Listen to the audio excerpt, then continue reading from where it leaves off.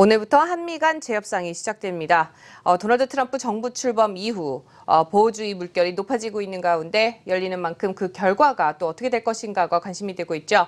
한반도 지정학적 위험이 고조되는 가운데 또 미국과 한국 간 관계에 또 미묘한 변화가 감지되고 있는 만큼 협상 진행 상황에 따라서는 또 양국 간 통상과 또 무역 마찰이 심화될 가능성이 있다고 하는데요. 어떤 내용인지 보다 자세히 도움 말씀 주실 분 모셔보도록 하겠습니다. 한국경제신문의 한상준 논설위원 자리해 주셨습니다. 위원님 안녕하세요. 네, 안녕하십니까? 네, 오늘부터 한미 FTA 재협상이 시작이 되는데요. 많은 전문가들이 사실상 재협상을 없앨 것이다 이렇게 예견을 했었어요. 근데 어떻게 된 배경인지 왜 이렇게 됐는지부터 설명해 주시면은요. 사실 지금은 통상과 관련된 얘기들이 상당히 세계적 이슈죠. 그렇죠. 아까 랭킹 뉴스에서도 파이낸셜 타임스의 한미 간 재협상이 사실 그게 다른데 재협상해 주는 어떤 그 상징적 의미가 크기 때문에 네. 지금 세계적으로도 관심이 높다 이렇게 볼때고요. 또 미국이 지금 중국에 대해서 통상과 무역 마찰 보복이 본격적으로 시작됐지 않습니까? 네. 그 지적재산권 문제에 대해서 스페이스 함대적 볼동하고 아까 블룸버그에서 나왔습니다는 농산물에 대해서도 이례적으로 미국이 중국에 대해서 이렇게 조사를 발동을 시작했는데요. 네. 전체로 보면 통상과 무역과 관련된 이런 분위기가 악화되는 상황에 오늘부터 공동위원회 한미 FTA 재협상이 이렇게 열려서 이게 세계적으로 관심이 되고 있다 이렇게 보겠습니다. 일단 한미 재협상 관련해서 이것을 이해하시기 위해서는 한미 FTA의 역사를 좀 잠시 말씀드릴게요. 지금부터 11년 전 2006년 그때 당시에 노무현 정부 되죠. 네. 노무현 정부의 한미 FTA 추진에 처음 시작됐죠. 그래서 좀 당초보다는 이례적으로 또 양국 간 통상 현안을 갖고 있을 때보다는 이례적으로 좀 타결이 됐죠. 그래서 네. 2007년에 그 타결이 됐는데 역시 그때 당시에 농산물이라든가 뭔가 이런 쪽에 재협상 요구가 있었어요. 그래서 이것을 다시 한번 이렇게 그런 내용을 좀 반영해서 네. 2010년에 추가 협상을 이렇게 타결해서 2012년 양국 간의 비준 과정을 거쳐서 특히 한국의 비준 과정을 거쳐서 2012년 12월 달에 네. 이때 이명박 정부가 되겠죠. 이때 그 협상이 발의돼서 지금은 그 협상에 타결된 내용을 통해서 이행하는 과정에서 지금 다시 한번 FTA 재협상이 논의되고 있다 이렇게 보게 됐습니다. 많은 사람은 그래요. 통상이란 전문가들 제가 한국경제신문에서도 모 교수님 이렇게 모셔서 보면 한미 간 FTA 재협상은 없다 이렇게 통상 전문가들이 이렇게 얘기했는데요.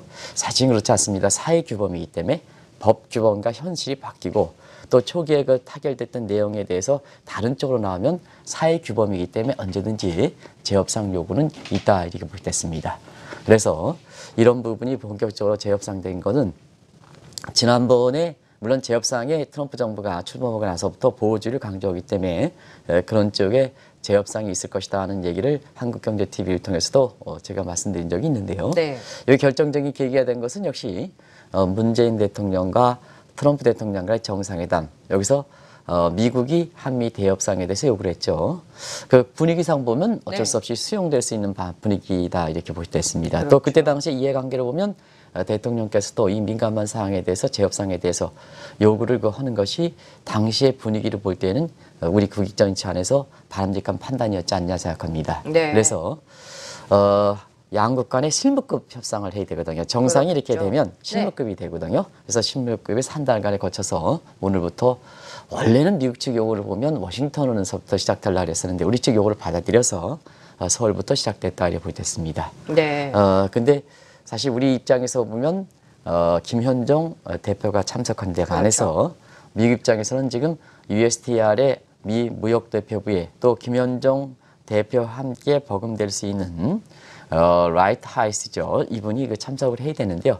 지금 미국 입장에서는 FTA 재협상 문제가 더 중요하지 않습니까? 그렇죠. 그런 측면에서는 뭐 중요하다기보다는 그걸 벤치마크로 삼고 있으니까 거기에 참석을 빌미해서 이번에 참석하지 않는 이 내용에 대해서 어떻게 해석할 것이냐 하는 측면에서 보면 미국 측의 지금 명분을 제시한 쪽은 아니지 않느냐 해서 처음부터 기싸움이 시작된 거다. 네. 이런 각도에서 이해되는 시각에서 굉장히 나라 안팎으로 한미 재협상에 대해서 관심이 상당히 높다 이렇게 보겠습니다. 네. 이번 한미 간 재협상 같은 경우는 이제 우리 쪽보다는 이제 미국 측의 요구로 이제 시작이 된 걸로 알려져 있는데요. 왜 이런 요구를 하게 되었을까요? 네, 사실 언론마다 많은 얘기를 쓰고 있습니다는 한미 FTA의 본질적 문제에서 나오는 재협상 요구가 있을 거고, 네. 그다음에 오바마 정부에서 사실 지난 10년 동안, 8년 동안은 오바마 정부 민주당 정부 아니겠습니까? 네. 민주당 정부는 자유무역하고 공화당 정부에서는 보호주의를 많이 강조하거든요. 스트롱 아메리카, 스트롱 달러 이렇게 해서 강연한 상태에서 사실 공화당은 넘어왔기 때문에 자연스럽게 정권이 이왕 바뀌는 과정에서 사실 트럼프 정부, 공화당 정부의 본질적 문제에서 재협상 요구가 나오는 분야가 있을 거고 그다음에 지금 미국의 그 최고 통수권자가 트럼프이기 때문에 트럼프의 개인적 속성에서 나올 수 있는 성질가 있다 이렇게 보겠습니다. 네. 그렇게 가닥을 치는 것이 사실 그 독자들한테 이해를 할 게 있는데 그냥 막연하게 이렇게 써버리다 보니까 사실 한미 FTA의 재협상이 많은 통상 전문가가 안 된다 하는데 왜 지금 나오는 거냐 하는 측면에서는 사실 그 문재인 대통령이 전격적으로 이거 수용하는 부분 이런 부분에 대해서 비난 소지가 있는데요. 절대 그렇지는 않다 하는 걸 말씀드리겠습니다. 네. 그런 측면에서 사실 이번에 그 재협상 되는 것은 미국은 미국의 통상 정책은 미국의 무역 대표부 USTR에서 담당하거든요. 근데 USTR의 대외적인 통상 정책의 그 결정 방식을 제가 말씀드리겠습니다. 네. 그러니까 저도 이제 이 분야는 QF라든가 이런 데 많이 했기 때문에 좀 전문적인 지식을 갖고 있는 이런 사람이거든요. 개인적으로 해서 죄송합니다. 누구보다도 아니요. 이렇게 뭐 이 분야를 협상뿐만 아니라 이렇게 통상에도 갖고 있습니다. 전문가시라고요. 근데 USTR의 그 목표는 어떻게 되냐면 미국은 통상 정책에 있어서는 미국의 주도권을 정부가 주도권을 주지 않습니다. 네. 그래서 민간의 산업계 요구를 받아들여서 USTR이 대외적으로 정책적으로 표현만 했을 뿐이다 이렇게 보겠습니다. 네. 그래서 미국의 통상 정책의 주도권은 정책 부서가 아니라 미국의 산업계 입장이다 이렇게 보시면 되겠습니다. 그래서 산업계 입장이라든가 거기에 관련된 러비스트들이 사실은 많이 해서 이런 문제가 미국의 통상 정책으로 나오는 거거든요. 네. 그러다 보니까 자, 한미 FTA가 2012년 12월 발의 이후에 원래 그 협상 규범은 참가자들이 모두 국익개전이니까 네. 사실 네거티브 게임이 되면 안 됩니다. 우리 게임 시어리에서 보면 네스에 이래서 이기적 게임 시어리가 되면 안 되거든요. 공생적 게임이 됩니다. 서로가 도와줘야 되거든요. 그런데 사실 한미 FTA가 지금 발효가 된 지 한 6년이 해스르고 막고 있다는 사실상 그렇습니다. 지금 상태에서는 미국의 산업계 입장에서 보면 한미 FTA 타기를 했는데 본인 자신이 본래의 통상효고 한미 협상에 요구됐던 식으로 이렇게 결과가 나오지 않다는 얘기입니다. 상당히 불리하게 나왔다는 얘기죠. 네. 그런 측면에서 산업계 불만을 수용해서 이번에 한미 FTA의 그 재협상 요구 들어가는 FTA 본질적 문제가 있었다 이렇게 보시면 되겠고요. 두 번째는 앞서 말씀같이 미국에서 보면 양당제자 아닙니까? 민주당은 자유무역, 공화당은 사실 보호주의니까 이 공화당 정부에서 자연스럽게 물론 민주당 지우기, 오바마 지우기 차원이 아니더라 하더라도 자연스럽게 한미 FTA의 재협상 문제는 나올 수밖에 없었다 하는 것을 좀 말씀드리고요. 네. 그리고 무엇보다 트럼프죠. 트럼프 같은 경우는 국익을 최우선하고 그다음에 보호주의를 강조하지 않습니까? 그렇죠. 아메리칸 퍼스트다 이렇게 보시면 되겠습니다. 아메리칸 퍼스트니까. 네. 사실 보호주의니까 이 보호주의는 뭐냐? 무역 적자를 축소하는 거거든요. 그럼요. 무역 적자를 축소하는 방법은 여러 가지 방법이 있죠. 우리나라의 원화 절상에서 환율적인 방법이 있을 거고 그다음에 통상 압력을 하는 방법이 있을 거고 이런 방법이 있거든요. 그런 측면에서 보면 자 무역 불균형을 해소하기 위해서 이런 환율뿐만 아니라 사실 무역이라든가 통상 압력을 가해서 이런 쪽에 주스탄을 하는 이런 측면이 지금 곳곳이 나타나는 상황이거든요. 그런 측면에서 트럼프 정부의 본질적 특성에서 한미 FTA 재협상이 가져갈 수밖에 없었던 이런 요인이 있다 이렇게 보겠습니다. 그래서 세 가지 요인이 있다. 한미 FTA의 본질적 문제에서 나오는 문제, 그다음에 공화당에서 민주당에서 공화당에서 가는 문제, 그다음에 트럼프의 개인적 속성 문제 해서 한미 FTA가 오늘 진행될 수밖에 없었다 이렇게 보겠습니다. 네, 앞으로 뭐 진행 과정을 계속 좀 지켜봐야 될 것 같기는 한데요. 이번 한미 간 재협상에서 좀 특별히 좀 문제가 될 부분이 있다면 어떤 것들이 있을까요? 결국은 발효가 된 지 2012년 12월 발효가 된 지 지금까지 보면 이 한미 FTA가 미국과 한국 입장에서 사실 어떤 결과를 초래했느냐 하는 것이 재협상의 가장 본질적 내용이 되겠다. 이렇게 이제 보시면 되겠습니다. 그런 측면에서 자막에도 아마 이게 정치적인 측면에서도 관심이 있기 때문에 자막을 통해서 이렇게 제가 말씀드리면 이 한미 FTA 규범도 사회 규범이거든요. 그러면 자 우리가 법의 규정, 특히 헌법 규정 문제도 지금 나오고 있지 않습니까? 그러면 대부분 통상 전문가라는 사람이 한미 FTA 협상이 타결됐기 때문에 재협상은 불가다 이렇게 얘기하는데요. 물론 재협상이 불가라는 측면에서 보면은 사실 우리 국익 개진 측면에서 그렇게 도움될 수 있기 때문에 그렇게 주장하는 시각은 있습니다. 그런데 헌법 개정, 그 다음에 법 규정이 우리나라에서 지금 되지 않습니까? 그 협상 타결 당시, 예를 들어서 헌법의 국회 협상 타결 당시에는 그때 최선의 모습으로서 헌법이 나왔는데, 자, 헌법에 법 규정이 없을 때는, 네. 헌법 규정이 없을 때는 어떻게 되냐면, 헌법에 적용되는 현실이, 법 규정 현실이지 않습니까? 현실은 자꾸 변하지 않습니까? 네. 근데 당시에 헌법에 타결되고 법이 통과됐다 하더라도 사실 그때 당시 현실과 지금 현실과는 많이 괴리가 있지 않습니까? 그럼요. 그러면 법을 개정을 하지 않으면 현실과 이 괴리된 상태에서 그 법망을 피해가는 문제가 있을 거거든요. 그렇겠죠. 그래서 법망을 피해가는 기 때문에 거기에 법 적용을 저측하지 않고 사회에 많은 문제를 발생하기 때문에 그게 그대로 놔두는 게 좋을 것이냐, 아니면 현실에 맞게끔 해서 현실적으로 법을 개정하는 게 좋을 것이냐 하는 측면에서는 현실에 맞게끔 법을 개정해 줘야 되거든요. 네. 그런 측면에서는 자, 국제규범인 한미 FTA도 나프타도 사회규범에 해당된다 이렇게 보겠습니다. 현실이 바뀌면 네. 타결 때와 다른 결과가 나오면 결과적으로 보면 이 한미 FTA라든가 국제규범도 바뀌어야 된다 이렇게 보겠습니다. 그런 측면에서 한미 FTA 타결 이후 발효 이후에 지금까지는 양국 간 무역 불균형이 상품 분야에는 네. 서비스 분야와 상품 분야인데 보통 국제적으로 보면 서비스는 잘 나타나지 않기 때문에 상품 분야 가지고 얘기하거든요. 네. 지금 보면 우리의 상품 분야 무역 불균형은 사실 발효 이후에 굉장히 우리 입장에서 무역 불균형이 우리 입장에서는 좀 흑자가 해당되죠. 그렇죠. 미국 입장에서 적자가 네. 되죠. 요건 좀 심하게 나타났고 서비스 분야에서는 미국이 유리하게끔 반대로 나타났거든요. 나왔죠. 네. 근데 사실 상품 분야가 많이 명시적으로 보이기 때문에 이 대목을 가지고 이제 얘기한다리 보이됐습니다. 그래서 미국 측 입장에서는 상품 분야에 있어서는 네. 사실 무역 불균형이 더 심화되지 않았냐 하는 측면에서 사실 한미 FTA 재협상에 대해서 요구가 나오고요. 특별히 이번에서는 앞서 말씀드린 같이 USDA는 미국의 산업계 입장을 반영된다고 아까 말씀드렸지 않습니까? 네. 근데 무역 불균형이 주범적인 측면에서 물론 계산상의 차이는 있습니다. 어떤 식으로 계산하느냐 하는 식은 차이가 있는데 조금 이따 말씀드리겠습니다는 아까 모두에서 말씀해 주신 것처럼 자동차라든가 철강 그렇죠. 이런 분야거든요. 네. 근데 이 자동차라든가 철강 분야 특히 민감한 것은 뭐냐 하면 자동차 철강은 트럼프 정부의 사실 힐러리 클린턴한테 240만 표 지면서도 사실 승리했던 배경은 위스콘신과 필라델피아라든가 네. 그다음에 오하이오 스테이트 같은 이런 제조업의 비소득, 저소득층의 백인등들이 관련이 돼 있는 제조업 분야거든요. 네. 이런 분야가. 근데 트럼프가 지금 마지막으로 이게 저울질하고 지지층으로 삼는 게 고계층 아니겠습니까? 그럼요. 그러다 보니까 이 분야에 자동차라든가 철강 분야에 사실 산업계가 제시하는 것은 다른 산업에 비해서도 굉장히 민감하게 반영될 수밖에 없다. 그렇겠네요. 이렇게 네. 보시면 되겠습니다. 결과적으로 보면 국제협상이라 하는 것은 미국 측이 이번에 요구를 했습니다는 결과적으로 보면 우리 입장에서 어떠냐. 우리 입장에서는 네.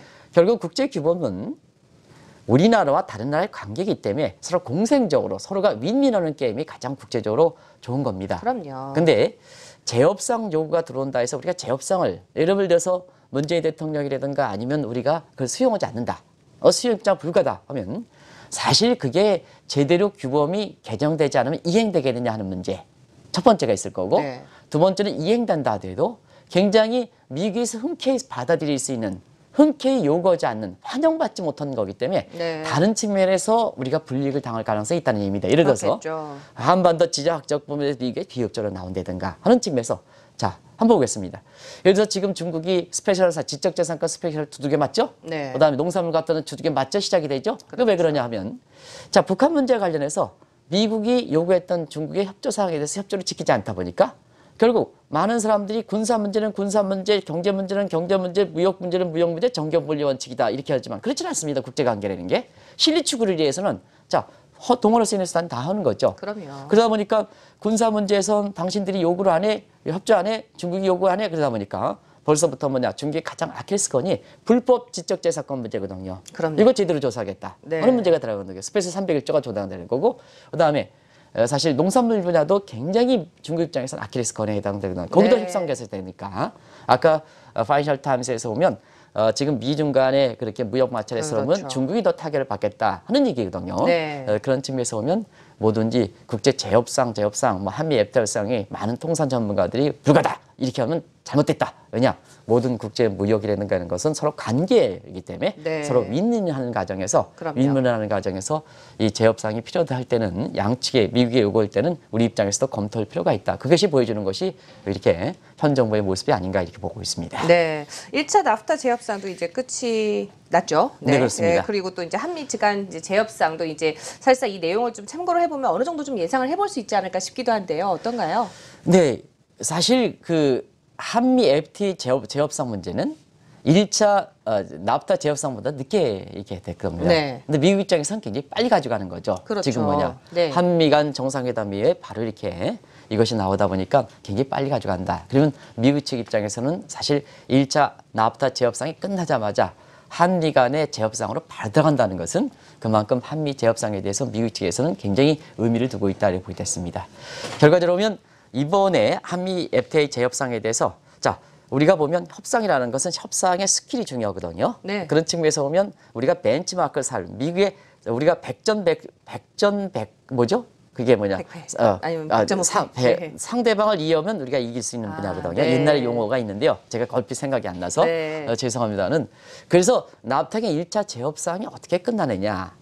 우리가 이제 그걸 알 수가 있다면 네. 한미 재협상에 대해서 미국 측이 갖고 있는 요구를 우리가 알 수가 있다는 의미입니다. 왜 그러냐면 국제협상이라든가 국제의 상호주의 원칙이 적용됩니다. 예를 들어서 상호주의 원칙이 뭐냐면 네. 요걸 좀 시청자 여러분한테 좀 잠시 말씀드릴게요.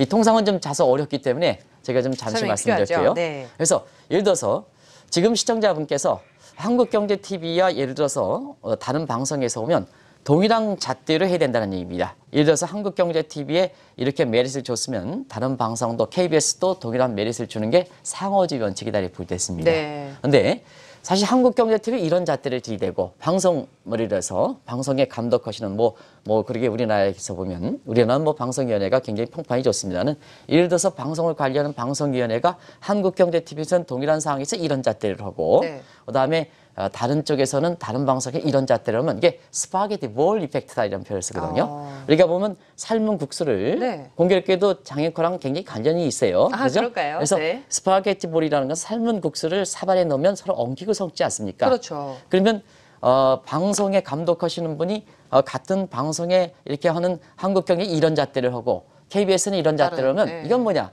방송하는 사람들이 굉장히 혼란스럽다 하는 측면에서 우리의 그 방송이라든가 뭔가 그런 점을 굉장히 염두에 둬서 잘 해오시고 있거든요. 국제통상도 그렇습니다. 네. 자, 나프타에서 동일한 상황에 대해서 이런 잣대를 미국에 요구했는데 네. 한미협정에서 동일한 상황에서 이런 잣대를 달리 요구하면 사실상 뭐냐?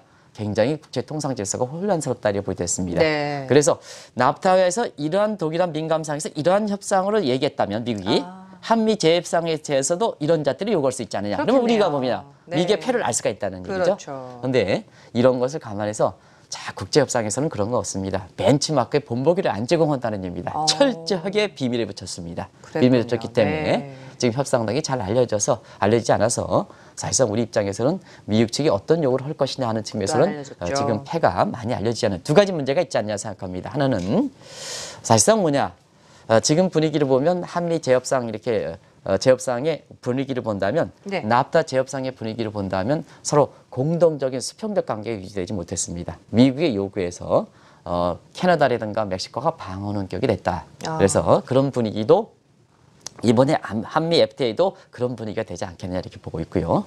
그다음에 미국의 요구에 대해서 지금 비공개지만 알려진 내용으로 보면 네. 사실상 뭐냐 캐나다라든가 멕시코 입장에서는 미국을 버릴 수 없기 때문에 그렇죠. 또 미국이 굉장히 합리적 주장합니까? 비합리적 주장합니까? 좀 변이적이지 않아요? 트럼프 입장에서 굉장히 비합리적인 네. 내용을 많이 주장하죠. 그래서 뭐냐 시장은 떠나갈 수가 없고 비합리적 주장하다 보니까 결과적으로 보면 협상의 내용들 보면 미국이 불합리하다 해도 자 미국 내에 캐나다인이라든가 멕시코인이라든가 이런 사람들 생각해서 그 내용을 많이 수용하는 문제가 됐는데 두 가지 환율 조항이 들어갔다는 측면. 네. 그 다음에 여기 남은 트럼프식 무역 통계 수준이 수용부. 죄송합니다. 네, 괜찮으신가요? 네. 그래서 그 두형 어제 강의가 좀 세게 해서요. 목이 좀 네, 밀렸습니다. 물을 좀 네, 준비를 해드리겠습니다. 그래서 그 두 내용이 지금 전향적으로 검토가 된 것 같습니다. 이 문제는 사실은 한미 재협상 갈 때 굉장히 중요한 내용이다 하는 것을 꼭 좀 말씀드리겠습니다. 네. 조금 전에 또 언급을 해주셨던 트럼프식 신무역 통계 방식. 뭐 이번 한미 FTA 재협상에서도 사실상 우리가 좀 긴장을 해야 될 부분이 아닌가 싶기도 한데 어떤 방식인지 이 부분에 대해서 설명을 좀 해주시죠. 네, 요거는 자막을 보고 얘기하겠습니다. 네. 일전에 한번 설명드렸습니다는 뒤쪽 부분이 중요하기 때문에 자막을 통해서 하겠습니다. 지금 국제적으로는 수출 통계, 우리가 무역 적자, 무역 흑자가 나오는 통계는 Balance Payment Manual 6, 이것도 네. 좀 전문적인 용어죠. 그렇죠. BPM 6 매뉴얼 가지고 산출한다. 요거 한번 시청자분 잠시 말씀드릴게요. 미국 내 들어오는 유통과 판매, 제조용 자국 내 수입은 수입으로 잡히고, 그다음에 유통, 판매, 제조해서 미국의 부가가치 창출하지 않더라도 미국의 네. 고용 창출이든가 부가가치 창출해서 밖으로 반출되면 그것도 수출 잡혔거든요. 아, 그러면 미국의 고용 창출과 부가가치 창출과 해서 동일한 상황에서 멕시코로 들어와서 동일하게 캐나다로 가면 수입과 수출이 잡히기 때문에 네. 자 미국 입장에서 무역의 불균형 문제에서는 그렇게 무역 불균형을 심화시키지 않지 않습니까? 들어온 거 나가니까 그렇죠. 수출은 네. 같이 잡히니까. 네, 네. 근데 문제는 트럼프의 신무역 정책에서는 수입은 IMF 방식으로 잡는다는 얘기입니다. 이해하셨습니까? 수입은 네. IMF 방식으로 된다. 근데 수출은 미국 내 떨어뜨리는 게 없으면 부가가치라든가 고용 창출이 떨어뜨리는 게 없으면 그런 수출 잡지 안 않는다. 잡는다. 네. 그러면 자 수입은 잡는데 수출은 안 잡으면 미국의 무역 적자는 더 확대되겠죠. 그렇겠죠. 이렇게 멕시코라든가 캐나다라든가. 네, 그럼요. 그러다 보니까 뭐냐 미국이 논리를 펼 수 있는 미국이 뭐냐 당신네들 우리 입장에서 무역 흑자가 많고 자면 미국 내 입장에서는 무역 적자가 많기 때문에 미국의 요구를 받아들여라. 일방적으로 요 방식입니다. 요 방식이 사실상 나프타 재협상에서 상당히 많이 논의가 되고 이렇게 되는데요. 요 분야가 어쩔 수 없이 이렇게 수용되는 이런 분위기가 어느 정도 감지됐다 이렇게 현지에서 전해지는 내용이거든요. 또 환율 조항도 다시 이제 말씀드리겠습니다. 환율 내용에 놓는 문제는 사실 환율 문제는 나프타로 되어 구성되어 있기 때문에 사실 환율 문제에서 보면 사실 나프타에서 그렇게 얘기할 수 있는 성질의 것은 아니거든요. 근데 그렇죠. 왜 환율 문제를 굳이 집어넣느냐 하면 지금 뭐냐 한중 간의 목적 네. 우리가 한일 보고서에서 나오는 문제가 되는 국가 중국과의 목적 그다음에 한국과의 목적을 겨냥해서 앞서 말씀드린 것 같이 나프타의 환율 조항을 넣을 때는 자 한미 간 재협상이라든가 한중 간 미국과 중국 간의 문제에서도 야 나프타에서 이런 문제인데 했는데 당신들도 회의되지 않는 국제무역의 상호지 원칙 요거를 겨냥한 이런 나프타에서 사실 지역적으로 무역이 체현돼도 불구하고 환율 문제가 넣게 된 배경이다 알려보게 됐습니다. 네. 뭐 이번에 첫 회의이기는 합니다만은 이번에 이제 서울 회의가 제대로 되지 않을 경우 이제 미국의 통상 또는 이제 무역 압력이 좀 높아질 것으로 예상하는 시각이 좀 있는데요. 이 문제에 대해서는 어떻게 보시는지 좀 의견을 들어볼까요? 네, 그래서 우리 입장이 지금 정리되는 게 굉장히 중요하다 이렇게 됐습니다. 어차피 이게 미국의 요구를 하는 거 부분이고, 네. 그다음에 미국의 일방적 요구에서 우리가 수용되는 분위기고, 그렇죠. 그다음에 미국의 지금 신정부 들어와서 트럼프 정부 들어와서 나프타 재협상이 벤치마크 할 수 있는 미국의 전략이 그렇게 썩 나타나지 않는 상황이거든요. 네. 그렇다 보면 자 우리 입장에서는 논리를 굉장히 중요하다 이렇게 보시면 되겠습니다. 그런 측면에서 우리가 대표단을 어떻게 꾸리느냐가 굉장히 중요한데요. 그런 측면에서는 이전에 한미 FTA의 타결의 주역이었던 그때 당시를 생생히 기억하고 있는 김현정 통상본부장께서 이렇게 임명됐던 것은 사실 이분의 임명하는 것에 대해서 많은 논란이 있었거든요. 그랬죠. 네. 그럼에도 불구하고 대통령께서 이런 문제를 감안하셔서 그런지 모르겠습니다는 사실 이런 한미 FTA의 재협상 문제 이런 문제에서 상대방의 폐해가 보이지 않을 때는 과거 협상 타결됐을 때 그때의 주역이었던 생생히 기억하고 있던 네. 당신 나라들이 그렇게 요구해서 우리가 그런 부분을 타결해 나갔지 않았냐. 근데 왜 이렇게 달라졌느냐 네. 하는 측면에서는 우리가 사실 수세적 입장에서 공세적으로 전환되는 게 굉장히 중요한 거다 이렇게 볼 그럼요. 수 있거든요. 네. 그래서 일단 우리 측의 대표단을 꾸리는 게 굉장히 중요한데요. 그런 측면에서는 김현정 통상교섭본부장이 한미 FTA 주역이기 때문에 그렇죠. 사실상 상당히 우리 대표단 입장에선 좋은 사람들로 구성됐다. 이런 것이 사실상 현 정부에서 인정받아야 될 대목이 아닌가 생각하는데요. 문제는 그렇습니다. 미국은 통상본부가 우리는 그렇습니다. 이게 통상교섭본부고 이 노무현 정부 때는 장관급으로 되다가 또 이게 무슨 일인지 이명박 정부 그다음에 박근혜 정부에서는 산자부의 일원으로 가는 이렇게 하면 안 됩니다. 통상이라는 건 전문가거든요. 미국은 USTR의 협상의 통상 전문가. 그래서 정권의 교체 여부와 관계없이 사실 통상 전문가들이 포진하는 상태거든요. 네. 이런 것을 한번 생각해 보시기 바랍니다. 국위인데요. 그럼요. 국익인데 정권이 바뀔 때마다 이 통상 대외적으로 대외 일세는 통상이라는 게 얼마큼 중요하지 않습니까? 그런 측면에서 이 보소를 이렇게 꼈다가 저렇게 꼈다가 저렇게 꼈다 이러면 되겠습니까? 안 되죠. 뭐 이렇게 국민을 네. 보호로 생각합니까? 그런 측면에서 통상은 이렇게 저기 때문에 현 정부 입장에서는 다시 통상교섭본부의 지휘상을 차지했던 것도 굉장히 중요하게 평가받을 대목이 아닌가 생각하는데요. 결과적으로는 그렇습니다. 이번 입장에서 보면 우리 입장에서도 그때 당시의 논리를 생생하게 기억하고 있는 대표가 지금 이렇게 직접 관장하기 때문에 네. 우리 입장에서도 이 문제를 좀 잘 풀어가지 않겠느냐 이렇게 보는데요. 뭔지 재협상은 근거가 있기 때문에 그럼요. 오늘 서울 회담의 기싸움이 가장 중요한 겁니다. 그렇죠. 기싸움이 중요한 겁니다. 그래서 기싸움에서 첫 회의에서 이기면 결과도 우리 입장에서 그렇게 미국이 공세적으로 나오고 한다 하더라도 그렇게 크게 불리할 것이 없다 이렇게 보겠습니다. 그래서 네. 오늘 서울 회담이 굉장히 중요하다 이렇게 보시면 되겠습니다. 네, 많은 분들이 지켜보실 것 같습니다. 오늘 또 이제 기대를 한번 해봐야 될 텐데, 그 얘기를 이제 말씀을 듣다 보니까 올해 10월에 있을 트럼프 정부 들어서 이제 두 번째 환율 보고서가 이제 또 생각이 납니다. 우리나라가 또 환율 조작에 걸릴 가능성이 높지 않을까 이런 걱정도 되고요. 이 대목은 굉장히 중요합니다. 네. 한미 재협상인데 느닷없이 환율 문제냐 하는데요. 나프타에서 환율 문제를 얘기가 집어넣거든요. 나왔죠. 네. 상호지 원칙에서 한미 FTA 문제도 그렇게 할 수밖에 없다 이렇게 보겠습니다. 그런 측면에서 자 지금의 미국의 10월달 발표되는 그 재무비 보고서는 작년 4월부터 바뀌었죠. 네. 베넬 해치 카프의 정신을 받아들여서 이전에 환율 보고서는 1980년 종합무역법에서 나온 거거든요. 네. 그때와는 좀 성격이 많이 다르다 이렇게 보겠습니다. 베넬 해치 카프에서 사실 환율 보고서이기 때문에 작년부터 보고서가 이렇게 되는데요. 자, 그 내용을 보면 사실 대미 무역자 200억 달러 이상, 네. 경상수지 GDP 대비 3% 이상, 환율 개입 일방적으로 GDP 2% 개입하는데요. 자, 여기서 세 가지 원칙이 하지만 네. 대미 무역 흑자 200억 달러 이상이 가장 중요한 조건입니다. 이게 명쾌하게 보이거든요. 우리가 지난번에 장애코도 GDP의 3% 이상 경상수지 모르겠다. 이게 명확히 나타나지 않지 않습니까? 그렇죠. 개입 비용 2%가 명확히 나타나지 않습니까? 그래서 뭐든지 논리적으로 하면 상대방한테 하려면 확실한 걸로 스모킹건으로 해야 되지 않습니까? 네. 스모킹건 아까 이제 트럼프 탄핵했을 때 네. 그래서 이렇게 할 때는 여기에서 가장 중요한 스모킹건은 대미 무역자 200억 달러 이상이다 이게 보여졌습니다. 그런 측면에서 세 가지 조건 다 걸리면 환율 심층제 조작이고 그렇죠. 그 밑에 네요. 우리는 중국보다 더 악성인 국가다 이렇게 보여졌습니다. 걸렸죠. 그래서 우리 중국은 한 가지만 걸렸는데요. 우리는 두 가지 조건 걸렸다 이렇게 보여졌습니다.